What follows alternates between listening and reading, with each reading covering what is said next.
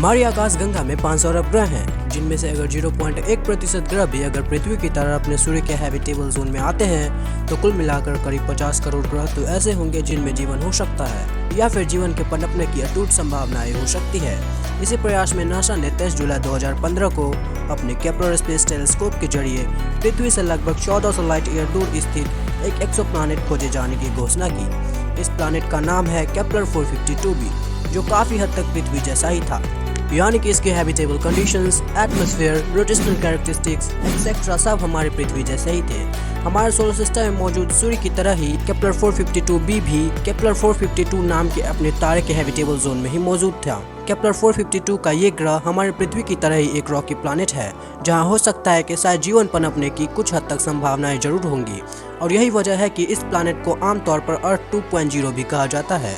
अभी इसको लेकर कोई पुख्ता जानकारी नहीं दी गई है और हमसे इतने दूर होने के कारण इसको एक्सप्लोर कर पाना भी बेहद मुश्किल है। 4th सेंचुरी BC के आसपास के टाइम पर ग्रीक फिलोसोफर्स द्वारा काउंटर अर्थ थ्योरी दी गई, जहां ये बात मेंशन की गई कि हमारी अर्थ ऑर्बिट में ही हमसे एकदम ओपोजिट यानी सूर्य के एकदम पीछे एक और ग्रह रहता है जो वो हमारी पृथ्वी जैसा ही है, पर उसकी चाल और सूर्य की वजह से वो हमें दिखाई नहीं देता। खैर, इस थ्योरी ने आने वाले कई एस्ट्रोनॉमर्स को हैरान तो किया ही, पर आज के दौर में ये थ्योरी फेल ही है, क्योंकि अगर ऐसा होता भी तो सैटेलाइट और इसके प्रभाव से होने वाले घटनाओं से हमें इसका पता अब तक चल भी चुका होता। पर थोड़ा रुकिए, अगर ये थ्योरी रियली ट्रू यानी वास्तव में सच होती, यानी कि अगर सच में हमारे सोलर सिस्टम में या खुद हमारी अर्थ ऑर्बिट में ही एक और अर्थ एग्जिस्ट करती तो क्या होता? आखिर एक और पृथ्वी की वजह से हमारे इस पृथ्वी पर क्या असर पड़ता, और क्या ये आने वाले समय में कोई महाविनाश भी ला सकती है? चलिए पता लगाते हैं। सबसे पहले बात करते हैं सेम ऑर्बिट्स की, यानी जब दोनों अर्थ एक ही ऑर्बिट में ट्रैवल कर रही हो, ऐसे सिचुएशन में वे कॉमन ऑर्बिट बिल्कुल अनस्टेबल हो जाएगा। दोनों सेम साइज प्लैनेट के बीच में ग्रेविटेशनल इंटरेक्शन की वजह से दो समस्याएं हो सकती है। पहला तो ये कि इसकी वजह से एक टाइम पर दोनों प्लैनेट्स में कोलाइजन यानी टकराव की वजह से कोई एक प्लैनेट या तो सूर्य की तरफ जा सकता है या अपने ऑर्बिट को छोड़कर सोलर सिस्टम से भी बाहर जा सकता है।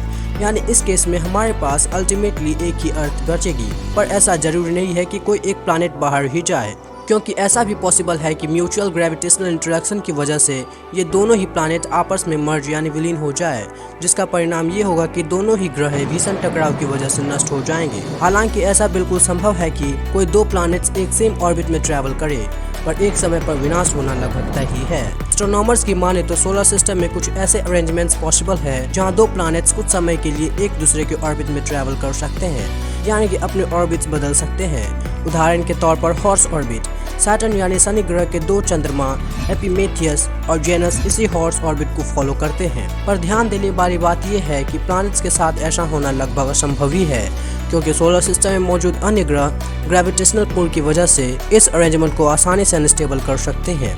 अब अगर कोई दूसरी पृथ्वी हमारे सोलर सिस्टम में एग्जिस्ट कर सकती है तो उसकी सही पोजीशन होगी हमारे इस पृथ्वी और मंगल ग्रह के बीच मौजूद हैबिटेबल जोन। अगर हम बात करें कि हमारे इस पृथ्वी की तरह ही नई पृथ्वी में जीवन होगा तो यही जगह उस पृथ्वी के लिए सही रहेगा। अब आगे क्या होगा? अगर नए ग्रह में भी हम इंसानों की तरह ही वहाँ लोग मौजूद होंगे तो हमारे बीच किस तरह का इंटरेक्शन यानी कि पारस्परिक व्यवहार होगा? किस तरह से हम उस ग्रह के जीवों से संबंध बना पाएंगे? हमारे लिए ये तक बताना संभव होगा कि वहाँ जीव हमारी तरह ही होंगे या फिर हमसे भी ज़्यादा एडवांस, क्योंकि ज़रूरी नहीं है कि नई पृथ्वी पर आपको इंसान ही मिले। अगर कुछ हद तक सिमिलैरिटीज़ मिले तो आपस में कम्युनिकेट कर पाना पॉसिबल होगा, और हो सकता है कि स्पेस ट्रैवल के थ्रू आना जाना भी लगा रहे। खतरा हमारे लिए तब होगा जब दूसरी पृथ्वी की लाइफ फॉर्म्स किसी अलग तरह से ही इवॉल्व यानी विकसित होने लगे। हमने अभी तक किसी भी तरह के परग्रहियों से संबंध नहीं बनाया है और न ही हमें उसके बारे में ज़्यादा जानकारी भी है। ऐसे में ये कहना बिल्कुल गलत होगा कि दूसरी पृथ्वी में मौजूद जीवन हमारे लिए अच्छी खबर होगी। पॉसिबिलिटी तो ये भी है कि दूसरी पृथ्वी पर कोई अन्य परग्रही है अपना ठिकाना बना ले। सरफेस कंडीशन सही होने और हैबिटेबल होने की वजह से ऐसा भी संभव है कि रिसोर्सेज को लेकर आपस में किसी प्रकार का युद्ध हो जाए, क्योंकि आने वाले समय में तो हम सभी जानते हैं कि रिसोर्सेज के लिए हमारी नज़रें इस पृथ्वी से बाहर जरूर जाने वाली है। इस बात को लेकर कमेंट करके ज़रूर बताएं। तो चलिए दोस्तों, मिलते हैं अगली वीडियो में, तब तक के लिए टाटा बाय बाय।